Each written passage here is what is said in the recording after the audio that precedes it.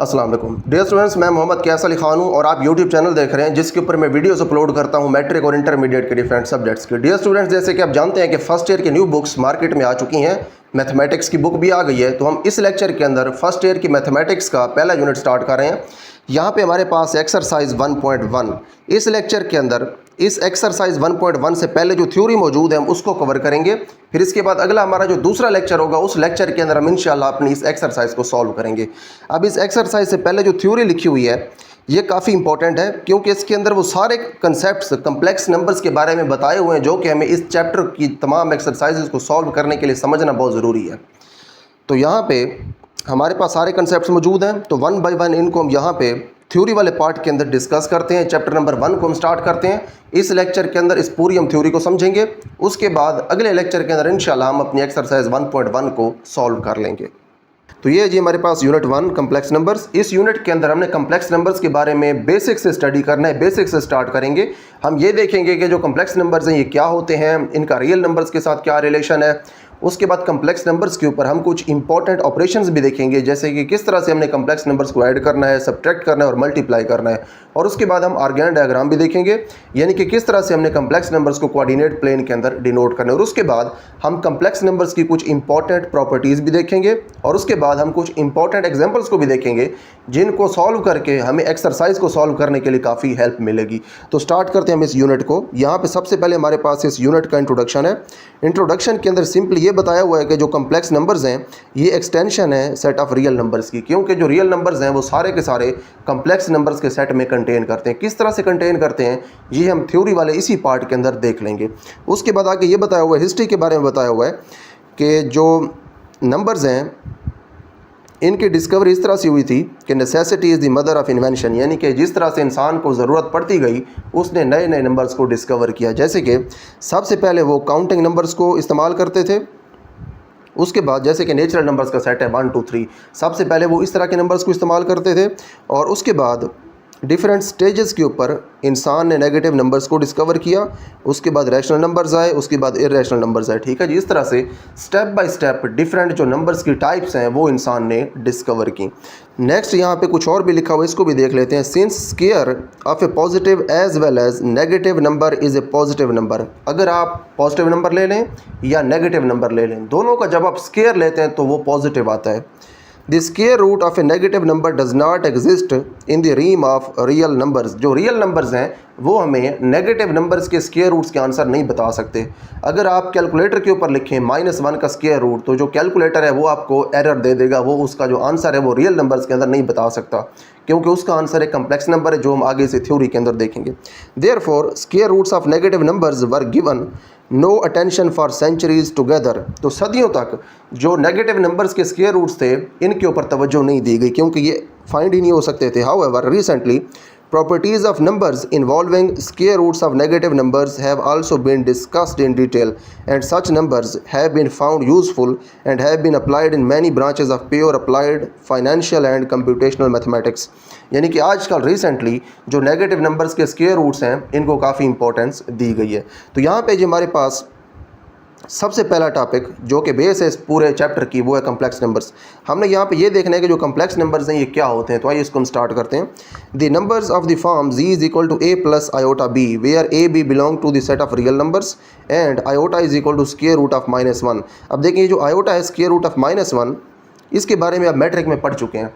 तो -1 को जो स्क्वायर रूट होता है, जो -1 का जज़र होता है, इसे हम आयोटा कहते हैं। और जब इस तरह से हमारे पास कोई नंबर्स आ जाते हैं तो इन्हें हम कहते हैं complex numbers, are called complex numbers.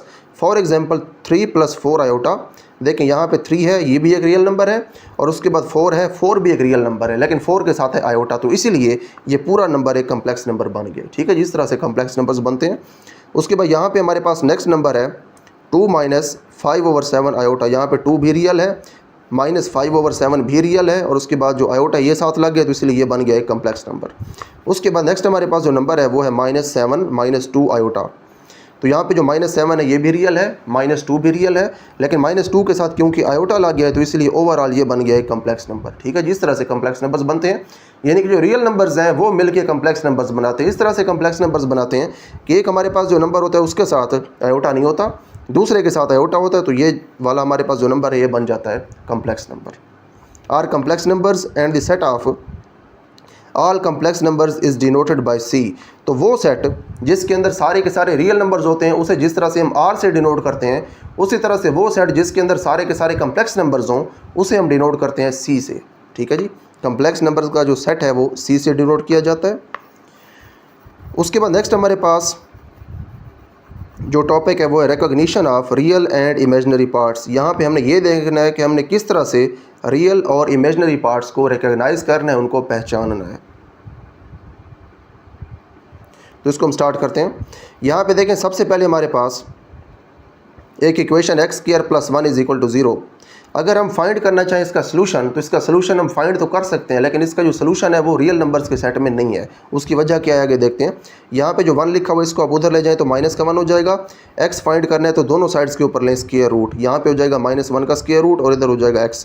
और जब हम स्क्वायर रूट लेते हैं तो साथ हम प्लस माइनस भी लगाते हैं, जो कि हमने यहाँ पर लगा दिया। अब देखें यहाँ पर आगे ये बात हो रही है कि जो -1 का स्क्वायर रूट है, यानी कि इस इक्वेशन का जो सलूशन है ये वाला स्क्वायर रूट ऑफ -1 जिसके अंदर है, does not belong to the set of real numbers. ये रियल नंबर्स के सेट में नहीं है। We therefore for convenience call it imaginary number. इसीलिए इसको हम कहते हैं इमेजिनरी नंबर, एक ख्याली नंबर, क्योंकि जो हकीकी अदाद हैं, जो रियल नंबर्स हैं, उनके सेट में क्योंकि ये नहीं है तो फिर इसीलिए, क्योंकि ये हकीकी नंबर नहीं है तो फिर ये ख्याली या फिर इमेजिनरी नंबर है। ठीक है जी। And denote it by iota, read as iota, इसको फिर हम आयोटा पढ़ते हैं। ठीक है जी। तो यहाँ पर हमारे पास जो आयोटा है उसकी डेफिनेशन आ गई कि जो आयोटा है ये किसके बराबर है। आयोटा बराबर होता है स्क्वायर रूट ऑफ -1 के। ठीक है जी। उसके बाद है in the complex number z = a + iota b। अब ये हमारे पास एक जनरल कम्प्लेक्स नंबर है, ये बराबर है a + आयोटा b के। a is called real part. जो हमारे पास पहला रियल नंबर होता है जिसके साथ आयोटा नहीं होता वो कहलाता है real part. And b is called imaginary part. अब ये जो b है ये भी होता रियल नंबर है, लेकिन क्योंकि आयोटा के साथ लिखा होता है तो इसको हम इमेजिनरी पार्ट कहते हैं। ठीक है जी। ऑफ द कम्प्लेक्स नंबर, ये कम्प्लेक्स नंबर का रियल पार्ट, ये उसका इमेजिनरी पार्ट। फॉर कन्वीनियंस, ठीक है, यहाँ पे आना है कन्वीनियंस, कन्वीनियंट यहाँ पे हमने नहीं लगाना। फॉर कन्वीनियंस, आसानी के लिए, real part is denoted bye REZ। ठीक है जी, ये सिंबल है रियल पार्ट का। And imaginary part by IMZ। ठीक है, इमेजिनरी को उन्होंने शॉर्ट करके IM लिख दिया, आगे Z लिख दिया कि ये Z का इमेजिनरी पार्ट है of a complex number Z। For example, अब आगे एग्जांपल आ रही है कि किस तरह से हमने रियल और इमेजिनरी पार्ट्स को अलग अलग करना है। यहाँ पे हमारे पास एक कम्प्लेक्स नंबर है Z = 3 + 4 iota. Then real part of Z = 3। ठीक है जी, वो नंबर जिसके साथ आयोटा नहीं है वो कहलाता है रियल पार्ट, वो यहाँ पे 3 है। और वो नंबर जिसके साथ आयोटा हो वो कहलाता है इमेजिनरी पार्ट, जो कि 4 है। ठीक है जी। उसके बाद है the product of a non zero real number and iota is also an imaginary number. तो अगर आप प्रोडक्ट ले लें, यानी कि ज़रब कर दें आप एक रियल नंबर को और आयोटा को, तो उसके बाद आपके पास जो रिज़ल्ट आता है उसे आप कहते हैं imaginary number. And is written as 1। देखिए 1 तो नहीं इसको आप कह सकते, यहाँ पे देखें बुक के अंदर मिस्टेक है। देखिए नई बुक इसके अंदर कुछ मिस्टेक्स होंगी तो उनको हम खुद ही साथ साथ करेक्ट करते जाएंगे। तो यहाँ पे ऐसा नहीं लिखना रिटन एज 1, वो इस तरह से लिखे जाएंगे। ठीक है, जैसे ये लिखे हुए हैं। अब देखें यहाँ पे 2 और आयोटा को मल्टीप्लाई किया है, इमेजिनरी नंबर है। उसके बाद यहाँ पे -3 और आयोटा को मल्टीप्लाई किया है, ये भी एक इमेजिनरी नंबर है। उसके बाद यहाँ पे स्क्वायर रूट ऑफ 5 × आयोटा है, यहाँ पे -11/2 × आयोटा है। तो ये सारे जो हैं ये इमेजिनरी नंबर्स हैं। उसके बाद यहाँ पे बहुत इंपॉर्टेंट नोट लिखा हुआ है, इस नोट को हमने अब देखना है। ठीक है जी। इस नोट के अंदर ये कहा हुआ है every real number is a complex number. जो भी रियल नंबर है वो एक कम्प्लेक्स नंबर है। देखिए वही बात आ गई कि जो रियल नंबर्स हैं ये सारे के सारे कम्प्लेक्स नंबर्स के सेट में कंटेन करें, क्योंकि यहाँ पे बात आ गई कि every real number is a complex number. Her real number क्योंकि कम्प्लेक्स नंबर है तो इसीलिए वो कम्प्लेक्स नंबर्स के सेट में भी जाएगा। अब ये किस तरह का कम्प्लेक्स नंबर है? Every real number is a complex number with 0 as its imaginary part. अब जो भी आपके पास रियल नंबर होता है वो कम्प्लेक्स नंबर लाजमी होता है, लेकिन वो किस तरह से कम्प्लेक्स नंबर होगा? वो कम्प्लेक्स नंबर इस तरह से होगा कि उसका जो इमेजिनरी पार्ट है वो 0 है। ठीक है, यहाँ पर उन्होंने लिख दिया है कि जो उसका इमेजिनरी पार्ट है वो 0 है, इसलिए ये कम्प्लेक्स नंबर। इसको हम लिख के देख लेते हैं। फॉर एग्जांपल यहाँ पे हमारे पास ये लिखा हुआ है 2। ठीक है, हम कहते हैं 2 हमारे पास एक नंबर है और हम कहते हैं कि क्या ये कम्प्लेक्स नंबर है या नहीं। तो इसको 2 को आप ऐसे भी लिख सकते हैं, 2 = 2 + 0 आयोटा। ठीक है, आप इसको ऐसे लिख सकते हैं क्योंकि ये जो 0 आयोटा है इसकी कोई सिग्निफिकेंस नहीं है। 0 जब मल्टीप्लाई होगा तो आयोटा वाला पार्ट तो हो ही 0 जाएगा, तो ये जो 2 + 0 आयोटा है ये 2 के ही बराबर हो जाएगा। अब देखें कम्प्लेक्स नंबर की डेफिनेशन आप पहले देखें ऊपर, उसके बाद फिर हम देखेंगे कि ये क्या कम्प्लेक्स नंबर बनता है या नहीं। कम्प्लेक्स नंबर की डेफिनेशन ये थी कि यहाँ पे जो ए है ये भी रियल होना चाहिए, a b belong to set of real numbers, a भी रियल होना चाहिए, बी भी रियल होना चाहिए, दोनों अगर रियल हो और साथ यहाँ पे आयोटा, तो ये बन जाता है कम्प्लेक्स नंबर। देखते हैं क्या वो इसको सेटिस्फाई करता है या नहीं। बिल्कुल करता है, 2 भी रियल है, 0 भी रियल है और साथ आयोटा भी है, तो इसलिए ये एक कम्प्लेक्स नंबर है और ये बराबर है 2 के, तो फिर 2 भी हो गया एक कम्प्लेक्स नंबर। तो इसलिए हम कह सकते हैं कि जो रियल नंबर्स हैं वो बेसिकली इस तरह के कम्प्लेक्स नंबर्स होते हैं जिनके इमेजनरी पार्ट्स होते हैं 0। ठीक है जी। उसके बाद हमारे पास है जी कम्प्लेक्स नंबर्स का कंजुगेट। इसके बारे में भी आप मैट्रिक में पढ़ चुके हैं, तो यहाँ पे इसको देख लेते हैं। Conjugate complex numbers, let z is equal to a plus iota b a complex number, then a minus iota b is called the complex conjugate of a plus iota B.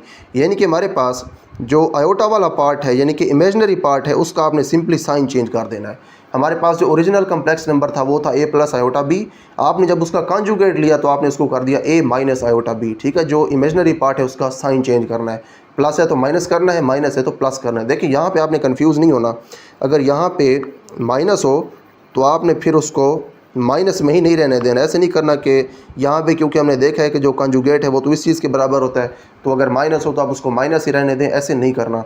अगर प्लस हो तो उसको minus बनाना है और अगर minus हो तो उसको फिर आपने प्लस बनाना है। तो यहाँ पे हमारे पास नेक्स्ट लिखी हुई है इसकी notation, it is denoted by z bar. ठीक है, जो जी है इसके ऊपर आपने एक छोटी लाइन लगानी है, तो इसका मतलब होगा कंजुगेट। ठीक है, ये कंजुगेट का सिंबल है। Thus 5 minus 4 iota is complex conjugate of 5 plus 4 iota. ठीक है, यहाँ पे हमारे पास ये वाला जो कम्प्लेक्स नंबर है ये इस कम्प्लेक्स नंबर का कंजुगेट है, क्योंकि इसके अंदर जो आयोटा वाला पार्ट है उसके साथ प्लस है, यहाँ पे माइनस। देखें अब ये है इस नंबर का कंजुगेट और ये नंबर है इसका कंजुगेट। ठीक है, दोनों एक दूसरे के कंजुगेट हैं। And -2 - 3 iota is complex conjugate of -2 + 3 iota. ठीक है, यहाँ पे जो आयोटा वाला पार्ट था उसका हमने यहाँ पे साइन चेंज करके माइनस से प्लस कर दिया। ठीक है, तो यहाँ पे हमारे पास कंजुगेट वाला टॉपिक भी कंप्लीट हो गया। उसके बाद नेक्स्ट हमारे पास एक इंपॉर्टेंट नोट है, ये भी देख लें। A real number is self conjugate. जो रियल नंबर होता है ये अपना कंजुगेट खुद होता है। वो इसलिए कि फॉर एग्जांपल हमारे पास है 5 एक रियल नंबर है, तो इसको आप कैसे लिख सकते हैं 5 + 0 आयोटा। उसके बाद अगर आपने इसका कंजुगेट लेना है तो इसका जो इमेजनरी पार्ट है आयोटा वाला उसका आपने करना है साइन चेंज, तो आप इसको लिख सकते हैं 5 का जो कंजुगेट है वो बराबर है 5 - 0 आयोटा। ठीक है जी, 5 - 0 आयोटा हो या फिर 5 + 0 आयोटा हो, इस पार्ट ने तो हो जाना है 0।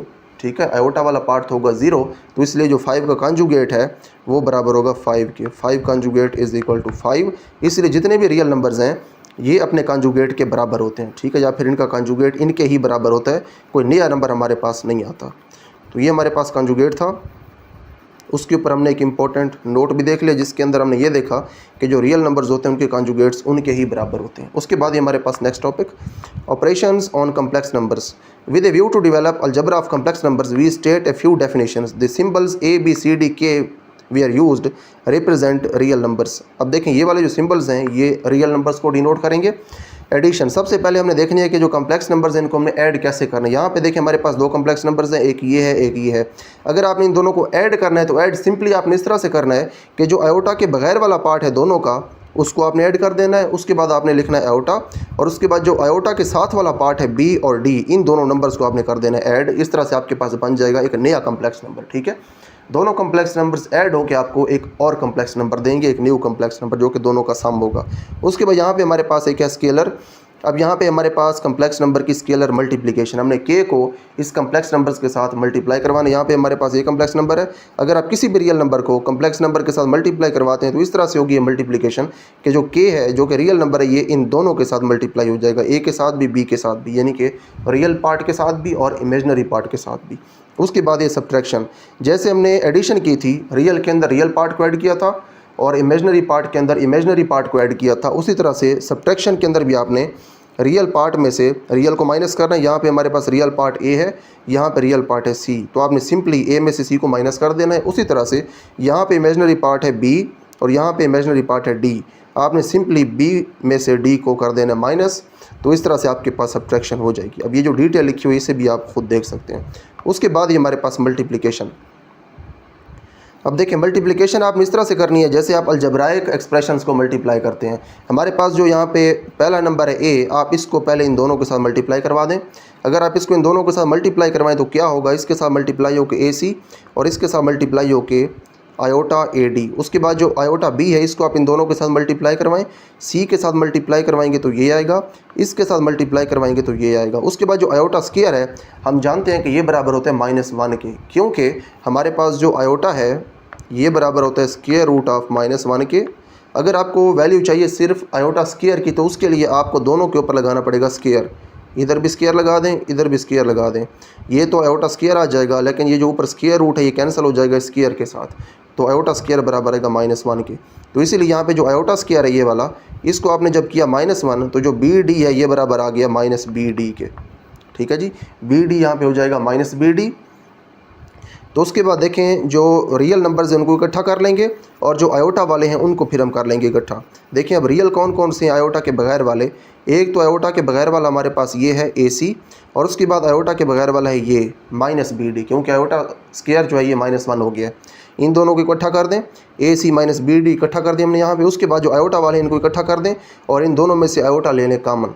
आयोटा यहाँ पे देखिए कॉमन आ गया और AD + BC इस तरह से हमने इन दोनों को यहाँ पे इकट्ठा करके सम में लिख दिया है। ठीक है जी। उसके बाद आप इसको याद ऐसे रख सकते हैं कि जो हमारे पास रियल पार्ट है रिजल्टेंट कम्प्लेक्स नंबर का, देखिए ये दोनों कम्प्लेक्स नंबर से मल्टीप्लाई हुए और एंड के ऊपर भी आपको एक कम्प्लेक्स नंबर मिला है, क्योंकि ये भी एक रियल नंबर होगा, ये भी रियल नंबर होगा और यहाँ पे हमारे पास आयोटा, तो ये एक कम्प्लेक्स नंबर है। याद आपने इस तरह से रखना है कि हमारे पास जो रियल पार्ट है रिज़ल्ट वाले कम्प्लेक्स नंबर का, उसके अंदर आपने सबसे पहले दो को मल्टीप्लाई करवाना है, उसके बाद फिर माइनस लगाना है और उसके बाद आपने आखिरी दो को मल्टीप्लाई करवाना है BD को। ठीक है, AC - BD, यानी कि पहले दो और आखिरी दो, इनको आपने मल्टीप्लाई करवा के माइनस करना है। इस तरह से आपके पास बनेगा रियल पार्ट और उसके बाद आपने प्लस लगाना है, फिर आयोटा लिखना है। उसके बाद जो दरमियान वाले हैं उनको आपने आपस में मल्टीप्लाई करना है और बाहर वालों को आपस में मल्टीप्लाई करना है। बाहर वाले हैं ये AD, यहाँ पे मल्टीप्लाई हो गए। उसके बाद दरमियान वाले हैं BC, ये यहाँ पे मल्टीप्लाई हो गए। दरमियान में आपने यहाँ पे प्लस लगाना है, ख्याल रखना है यहाँ पे प्लस लगेगा, यहाँ पे माइनस लगेगा। अगर आप इस तरह से मल्टीप्लाई करवा सकते हैं तो ये तो सबसे बेहतर है कि इसमें कोई गलती की गुंजाइश नहीं है। जब आपने मल्टीप्लाई करना हो क्वेश्चंस के अंदर तो आपने इस तरह से मल्टीप्लाई करना है, इस तरह से। ठीक है, पूरे प्रोसीजर के साथ मल्टीप्लाई करवा के वहाँ पर दिखाना है ताकि गलती ना हो। लेकिन अगर आप डायरेक्ट लिखना चाहते हैं तो फिर आप यहाँ पर वैल्यूज़ भी पुट करके डायरेक्ट लिख सकते हैं, जो कि यहाँ पर भी आएगा। ठीक है, इधर भी इसको हमने इसी चीज़ को देखना है। उसके बाद नेक्स्ट हमारे पास एक बहुत इंपॉर्टेंट टॉपिक है complex numbers as ordered pairs of real numbers. यहाँ पे हमने ये देखना है कि हम कम्प्लेक्स नंबर्स को किस तरह से रियल नंबर्स के ऑर्डर्ड पेयर्स के अंदर लिख सकते हैं। We can define complex numbers also by using ordered pairs.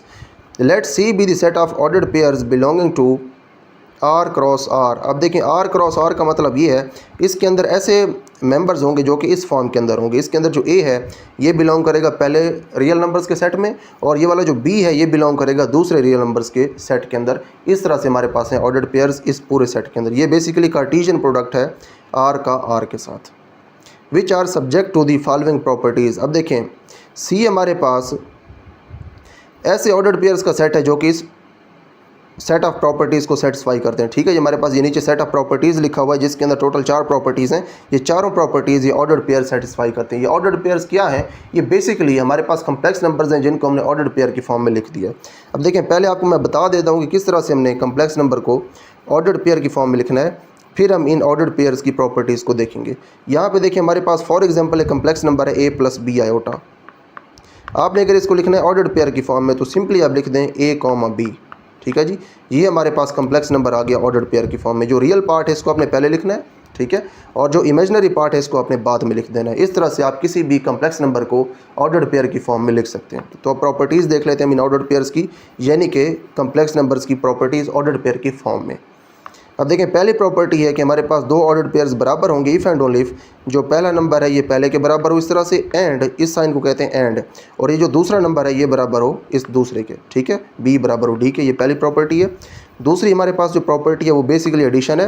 Addition आपने इस तरह से करनी है कि आपने रियल पार्ट के अंदर रियल को ऐड कर देना है a प्लस सी, और इमेजनरी पार्ट के अंदर आपने इमेजनरी को ऐड करना है b और d को आपने ऐड करना है। जैसे आपने सिंपली कम्प्लेक्स नंबर्स को ऐड किया था वैसे इनको हमने ऐड किया। उसके बाद यहाँ पे मल्टीप्लिकेशन, अब देखें यहाँ पे जो मल्टीप्लिकेशन है उसके अंदर सेम यही तरतीब यूज़ की हुई है जो यहाँ पर मैंने आपको बताई थी कि आपने किस तरह से करनी है। यहाँ पर अगर आप देखें तो सबसे पहले 2 को मल्टीप्लाई करवाया है a और c को, और उसके बाद आखिरी 2 को b और d को दरमियान में लगाया माइनस। उसके बाद आपने बाहर वाले दोनों को मल्टीप्लाई करवाया, ठीक है, आखिर वाले दोनों को a और d को, ठीक है, ये बाहर वाले दोनों हैं इनको मल्टीप्लाई करवाया a d, और उसके बाद जो दरमियान वाले दोनों हैं b c इनको मल्टीप्लाई करवा के ऐड कर दिया। फ़र्क सिर्फ ये है कि यहाँ पे रियल पार्ट अलहदा था, इमेजनरी अलहदा था, और यहाँ पे इन्होंने इसको एक ही ऑर्डर्ड पेयर की फॉर्म में लिख दिया है। तो यहाँ पे हम कह सकते हैं कि यहाँ पे हमारे पास ये जो दोनों ऑर्डर्ड पेयर्स हैं ये बेसिकली ये वही कम्प्लेक्स नंबर्स हैं जो पहले हमने देखे हैं, ठीक है। मैं आपको दिखा देता हूँ ये कौन से कम्प्लेक्स नंबर्स हैं, और इनका जो रिज़ल्ट है ये भी हमने पहले यहीं पे देख लिया हुआ है। हाँ जी, अब देखें यहाँ पे हमारे पास ये जो पहला कम्प्लेक्स नंबर है या जो पहला ऑर्डर्ड पेयर है ये वाला कम्प्लेक्स नंबर, ठीक है। इस कम्प्लेक्स नंबर को हमने उस तरह से ऑर्डर्ड पेयर की फॉर्म में लिख दिया है, और ये जो हमारे पास दूसरा ऑर्डर्ड पेयर है ये वाला कम्प्लेक्स नंबर, ठीक है। दोनों कम्प्लेक्स नंबर्स ऑर्डर्ड पेयर की फॉर्म में आ गए। इन दोनों का जो रिजल्ट था वो था ये वाला कम्प्लेक्स नंबर, और ये कम्प्लेक्स नंबर आ गया इस ऑर्डर्ड पेयर की फॉर्म में। आप देख सकते हैं जो रियल पार्ट था वो आ गया यहाँ पे पहले, और जो इमेजिनरी पार्ट है वो यहाँ पे आ गया बाद में, ठीक है। जिस तरह से आपने उन कम्प्लेक्स नंबर्स को यहाँ पे लिखा ऑर्डर्ड पेयर की फॉर्म में, और आपने यहाँ पे उनकी देखी है प्रॉपर्टीज़। उसके बाद then C is called the set of complex numbers, और उसके बाद जो C है इसको हम कहते हैं सेट ऑफ कम्प्लेक्स नंबर्स, जब ये सारे के सारे ऑर्डर्ड पेयर्स इन प्रॉपर्टीज़ को सेटिस्फाई करते हैं। It is easy to see that a comma b minus c comma d is equal to a minus c b minus d, ठीक है जी। सिंपली आपने उसी तरह से सब्ट्रैक्शन किया जिस तरह से आपने कम्प्लेक्स नंबर्स को पहले सब्ट्रैक्ट किया है। a में से c को माइनस कर दिया, b में से आपने d को यहाँ पे माइनस कर दिया। If k is any real number then k into a comma b is equal to k a comma के बी, ठीक है जी। k को आपने इन दोनों के साथ यहाँ पे मल्टीप्लाई करवा दिया। उसके बाद यहाँ पे 2 लाइंस लिखी हुई हैं, ये आप खुद देख लीजिएगा। उसके बाद ये हमारे पास एक बहुत इंपॉर्टेंट एग्जांपल ये हम देख लेते हैं। एग्जांपल 1 है जी हमारे पास, find the sum difference and product of the complex numbers 8,9 and 5,-6। यहाँ पे हमें 2 कम्प्लेक्स नंबर्स गिवन है और हमसे 3 चीज़ें पूछी हुई हैं। सम पूछा हुआ है, डिफरेंस पूछा हुआ है और इनका प्रोडक्ट पूछा हुआ है। तो आइए इसको हम स्टार्ट करते हैं। सबसे पहले सम लेना है, दोनों को ऐड करना है। सिंपली आप 8 में 5 को ऐड कर दें और आप 9 के अंदर -6 को यहाँ पे ऐड कर दें। तो 8 + 5 हो जाएगा हमारे पास 13 और 9 + -6, ठीक है। दोनों को ऐड किया है तो यहाँ पे क्योंकि 6 के साथ माइनस था तो दोनों माइनस हो गए। 9 - 6 3 हो गया। डिफरेंस है, आप 8 में से 5 को सब्ट्रैक्ट करें, ठीक है, पहले में से पहले को और दूसरे में से आप सब्ट्रैक्ट करें दूसरे को, तो एंड के ऊपर हमारे पास ये रिजल्ट आएगा। उसके बाद हमारे पास प्रोडक्ट। देखिए प्रोडक्ट के अंदर आपने वही तरतीब अप्लाई करनी है जो हमने पहले ऊपर देखी है, वो आपको मैं पहले दिखा देता हूँ। यहाँ पे अगर आप देखें, यहाँ पे जी हमारे पास, यहाँ पे आपने सबसे पहले दोनों को करना है मल्टीप्लाई, ठीक है, AC को। पहले दोनों कौन से हैं, 8 और 5। यहाँ पे आपने 8 और 5 को मल्टीप्लाई करवा दिया, ठीक है। उसके बाद आपने माइनस लगाना होता है, वो लगा दिया। उसके बाद आपने जो आखिरी दोनों हैं उनको मल्टीप्लाई करवाना है, 9 और -6 को। ये आपने यहाँ पे मल्टीप्लाई करवा दिया 9 और -6 को। उसके बाद हमारे पास आता है दूसरा पार्ट यहाँ पे। तो यहाँ पे आपने जो दरमियान वाले हैं उनको मल्टीप्लाई करवाना होता है और फिर बाहर वालों को मल्टीप्लाई करवा के उनको ऐड करना है। यहाँ पे जो दरमियान वाले हैं वो है 9 और 5, इनको हमने मल्टीप्लाई करवा दिया। और जो बाहर वाले हैं वो है यहाँ से 8 और इधर से बाहर वाला है -6, मल्टीप्लाई करवा दिया। एंड के ऊपर सॉल्व करके हमारे पास ये आंसर आ गया, ठीक है जी। उसके बाद नेक्स्ट हमारे पास है properties of the fundamental operations on complex numbers. तो यहाँ पे जी हमारे पास कुछ प्रॉपर्टीज़। पहली हमारे पास प्रॉपर्टी है the additive identity in C is 0,0। 0,0 ऐसा कम्प्लेक्स नंबर है या फिर ऐसा ऑर्डर्ड पेयर है जिसको अगर आप किसी भी ऑर्डर्ड पेयर के अंदर ऐड करेंगे तो उसके ऊपर कोई फ़र्क नहीं पड़ेगा, इसलिए ये है एडिटिव आइडेंटिटी। उसके बाद ये हमारे पास एडिटिव इन्वर्स, जो भी हमारे पास कम्प्लेक्स नंबर होगा उसका एडिटिव इन्वर्स इस तरह से होगा, यानी कि उसके दोनों पार्ट्स हैं रियल और इमेजिनरी पार्ट्स, उनके आपने साइन चेंज करने हैं। प्लस है तो माइनस करना है दोनों को, और दोनों अगर नेगेटिव है तो आपने दोनों को फिर प्लस करना है, ठीक है, मतलब उनको आपने अपोजिट कर देना है साइंस को। तो यहाँ पे फिर जब इन दोनों को आप ऐड करेंगे तो a - a 0 हो जाएगा और b - b भी 0 हो जाएगा, यानी कि एडिटिव आइडेंटिटी आपको मिलेगी आंसर के अंदर। उसके बाद है मल्टीप्लिकेटिव आइडेंटिटी। ये है 1,0। 1,0 जो है इसको अगर आप किसी भी कम्प्लेक्स नंबर के साथ मल्टीप्लाई करवाएं तो एंड के ऊपर आपको वही कम्प्लेक्स नंबर मिलेगा आंसर के अंदर, ठीक है, A, B।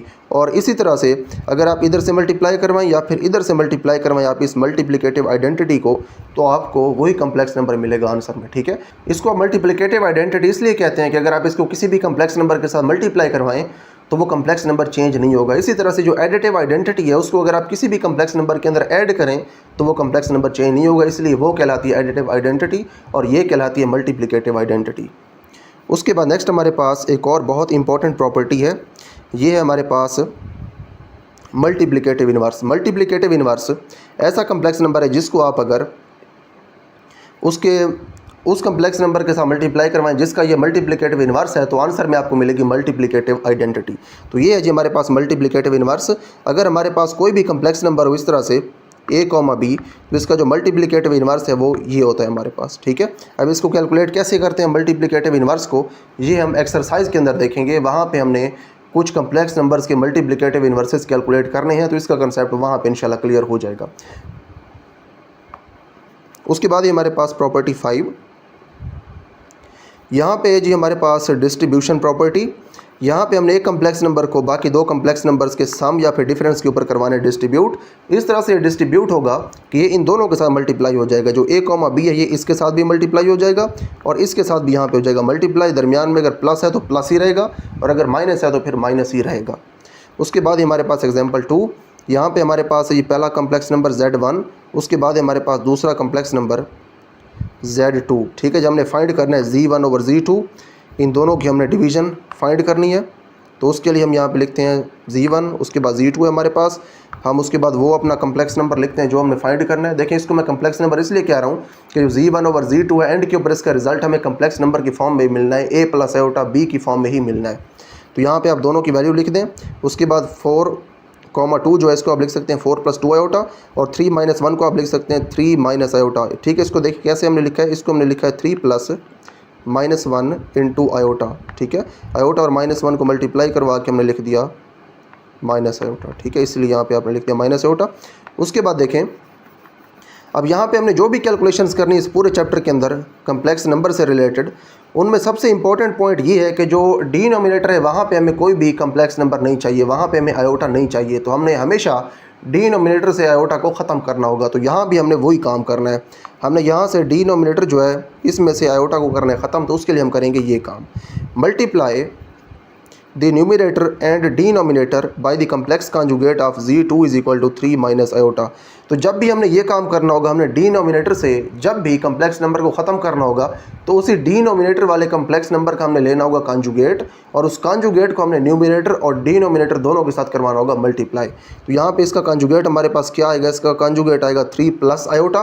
आयोटा वाले पार्ट का आपने साइन चेंज करना होता है, तो उस कॉन्जुगेट को आपने इधर भी मल्टीप्लाई करवाना है, इधर भी मल्टीप्लाई करवाना है, ठीक है। यहाँ पे देखें हमारे पास ये जो पूरी फ्रैक्शन है इसको हमने यहाँ पे तो वैसे लिखा। उसके बाद ये जो हमारे पास डिनोमिनेटर है ये वाला, इसका कॉन्जुगेट आता है 3 + आयोटा।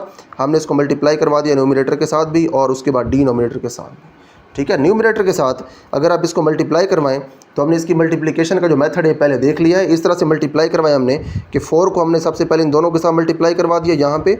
उसके बाद जो 2 आयोटा है इसको हमने फिर 3 और आयोटा के साथ इन दोनों के साथ करवा दिया मल्टीप्लाई। उसके बाद जो डिनोमिनेटर है हमारे पास, यहाँ पे हमारे पास हैं 2 कम्प्लेक्स नंबर्स, इनके ऊपर अप्लाई हो रहा है एक फार्मूला, ठीक है। अलजेब्राइक फार्मूला यहाँ पे अप्लाई करना है। 3 - आयोटा है और 3 + आयोटा है, दोनों हो रहे हैं मल्टीप्लाई। दोनों के अंदर टर्म सेम है दोनों, लेकिन दरमियान में एक के अंदर माइनस है एक के अंदर है प्लस, यानी कि A - B और दूसरा है A + B। तो यहाँ पे फार्मूला अप्लाई हो सकता है A² - B²। तो हमने यहाँ पे फार्मूला अप्लाई कर दिया A² - B²। उसके बाद इन दोनों को सॉल्व करें तो 12, इन दोनों को सॉल्व करें तो 4 आयोटा, ये दोनों मल्टीप्लाई होकर 6 आयोटा और ये दोनों मल्टीप्लाई होकर हो जाएंगे 2 आयोटा²। 2 आयोटा² क्यों हुए हैं, 2 तो वैसे ही आ गया और आयोटा यहाँ पे मल्टीप्लाई हो रहा है 2 बार। अगर आयोटा 2 बार मल्टीप्लाई होगा तो उसकी पावर हो जाएगी 2।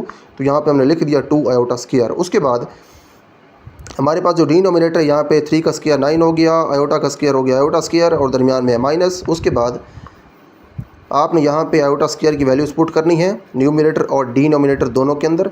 यहाँ पे हमारे पास जो न्यूमिनेटर है इसके अंदर जो आयोटा² इसकी वैल्यू आपने यहाँ पे -1 जब पुट की है तो जो 2 है ये हो गया है -2 और उसके बाद ये 4 आयोटा हैं, यहाँ पे 6 आयोटा, तो दोनों ऐड होकर हो जाएंगे 10 आयोटा और ये 12 यहाँ पे वैसे ही रहेगा। उसके बाद डिनोमिनेटर के अंदर आयोटा स्क्वायर की जगह आपने -1 पुट कर दिया।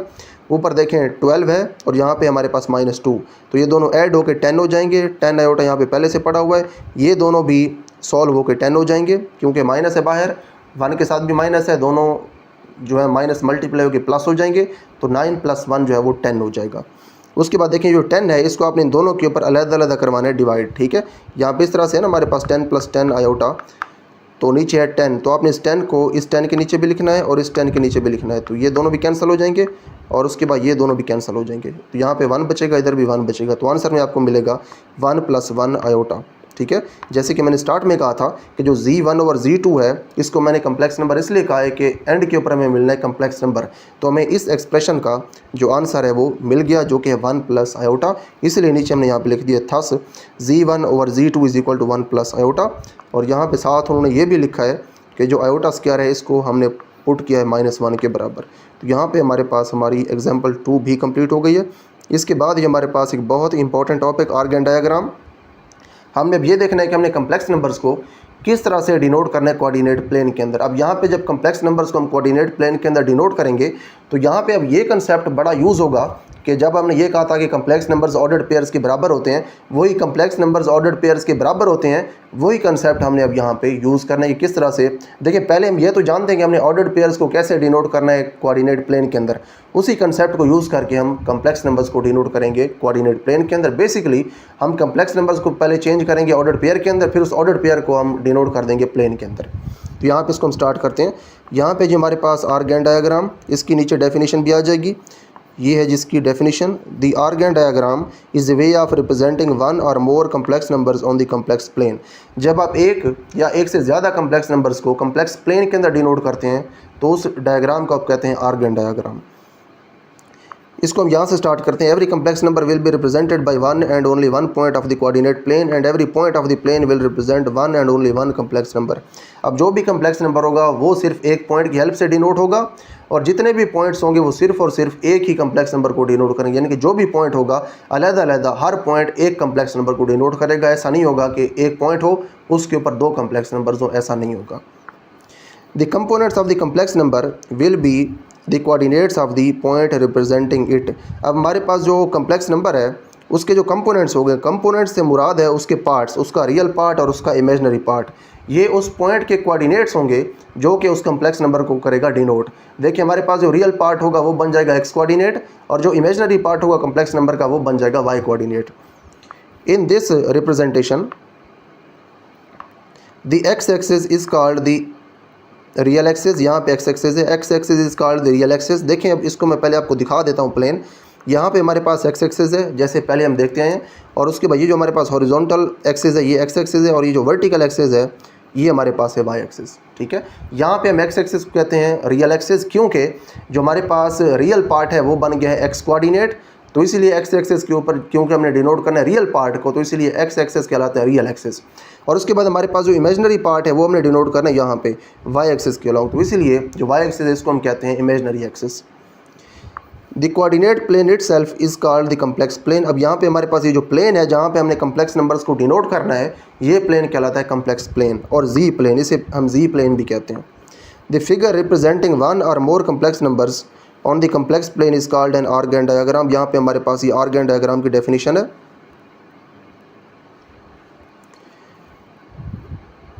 The Argand diagram is a way of representing, देखिए ये डेफिनेशन तो हो गई। उसके बाद है points on the x axis represent real numbers whereas the points on the y axis represent imaginary numbers, ठीक है।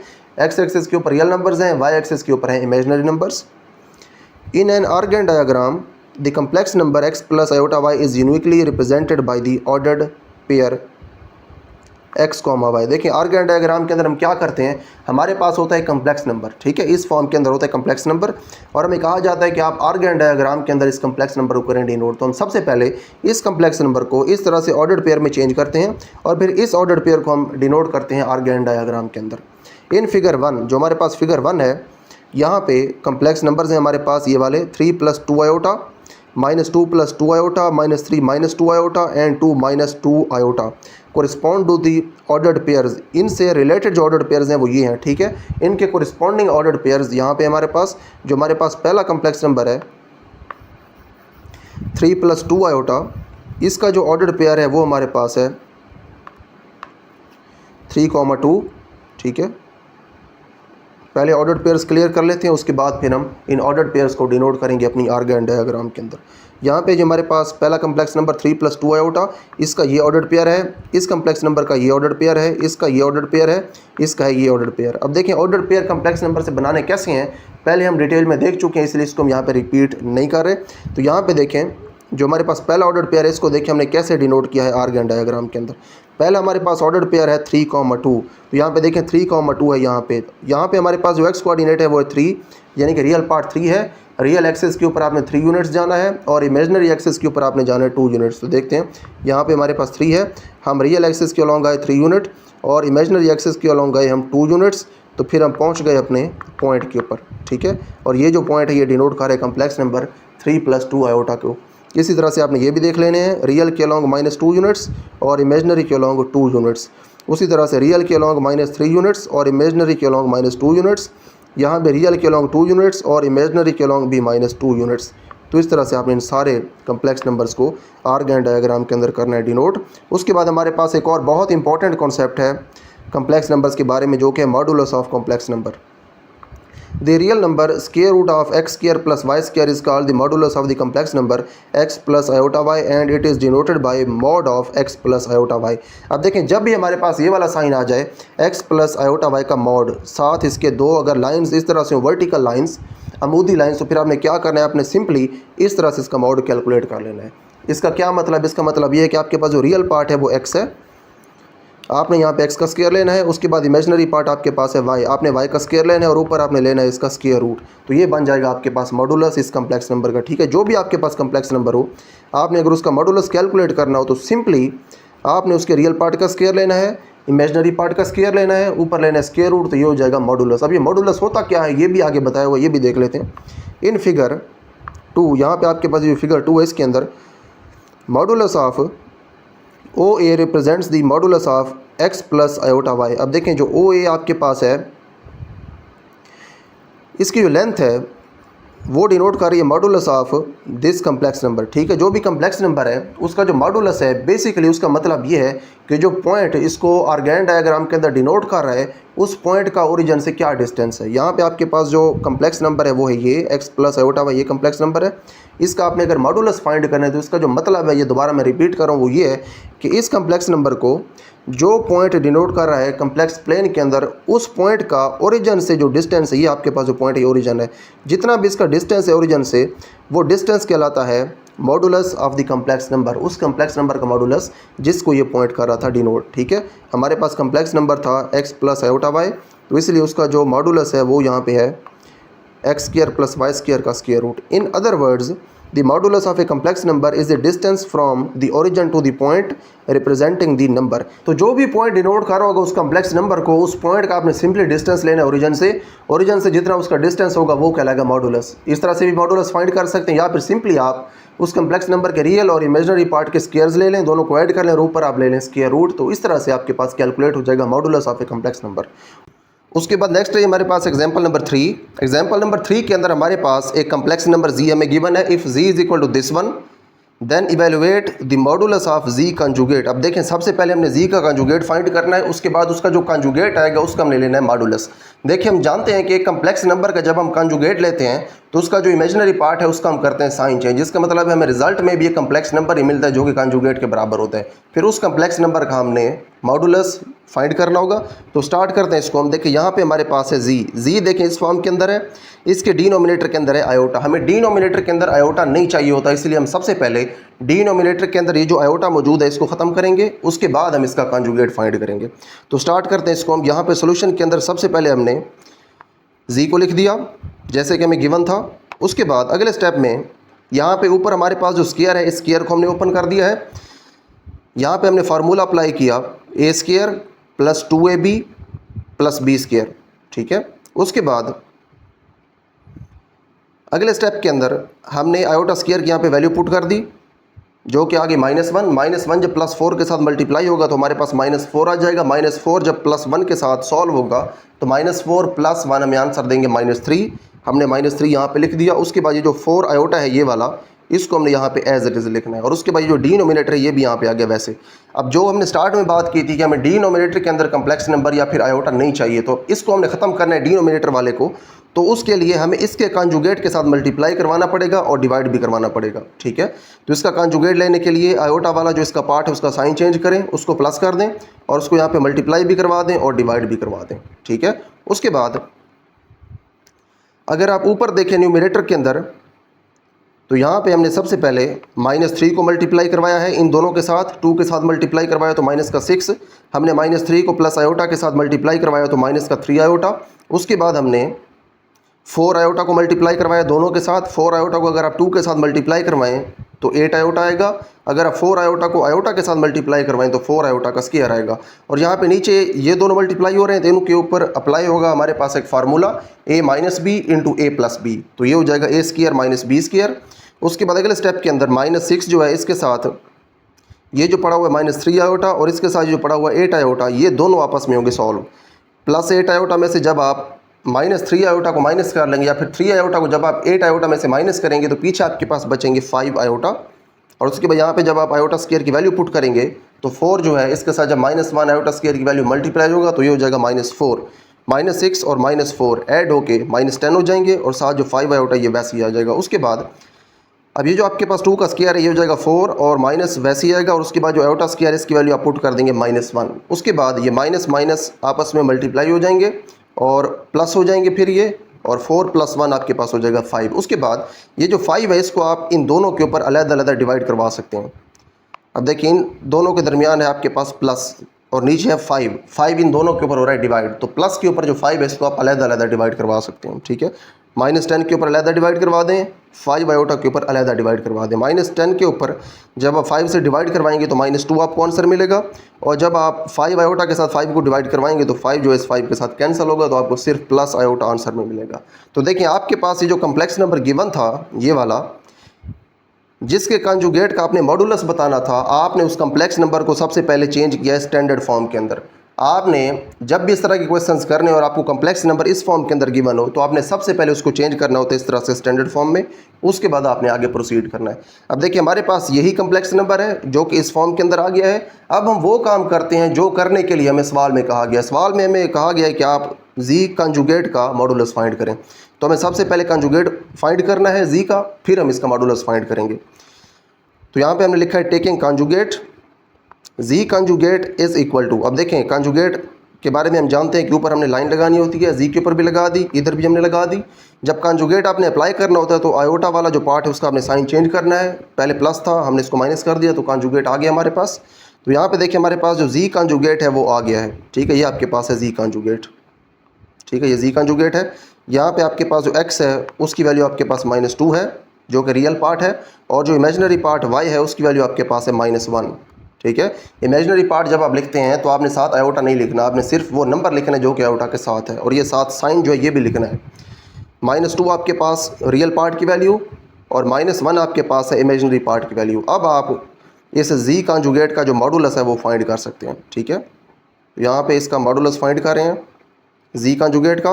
जी कंजुगेट की इसमें आप वैल्यू लिख दें जो हमने पीछे फाइंड की है। उसके बाद जो मॉडुलस होता है किसी भी कम्प्लेक्स नंबर को, उसका फार्मूला ये है कि आपने पहले स्क्वायर रूट लिखना है, उसके नीचे रियल पार्ट का स्क्वायर प्लस इमेजिनरी पार्ट का स्क्वायर। इसका रियल पार्ट -2 है और इसका इमेजिनरी पार्ट आपके पास है -1, तो इन दोनों का स्क्वायर लेंगे और ऐड करेंगे।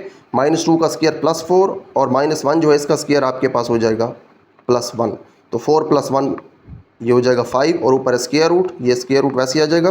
तो जी कंजुगेट का जो मॉडुलस है उसकी आपके पास वैल्यू आ गई स्क्वायर रूट ऑफ 5। तो देखिए यहाँ पे हमारे पास जो थ्योरी वाला पार्ट है वो कंप्लीट हो गया। यहाँ पे हमने तकरीबन सारे कंसेप्ट्स देख लिए जो कि ज़रूरी हैं इस एक्सरसाइज 1.1 को सॉल्व करने के लिए, और ये कंसेप्ट्स ज़रूरी हैं इस पूरे चैप्टर की जो बाकी एक्सरसाइज हैं उनको भी सॉल्व करने के लिए। तो यहाँ पे हमारे पास जो एक्सरसाइज 1.1 से पहले थ्योरी है वो कंप्लीट हो गई है। इसके बाद अगले लेक्चर के अंदर हम इंशाल्लाह हमारी जो एक्सरसाइज 1.1 है इसको हम कम्प्लीटली सॉल्व करेंगे।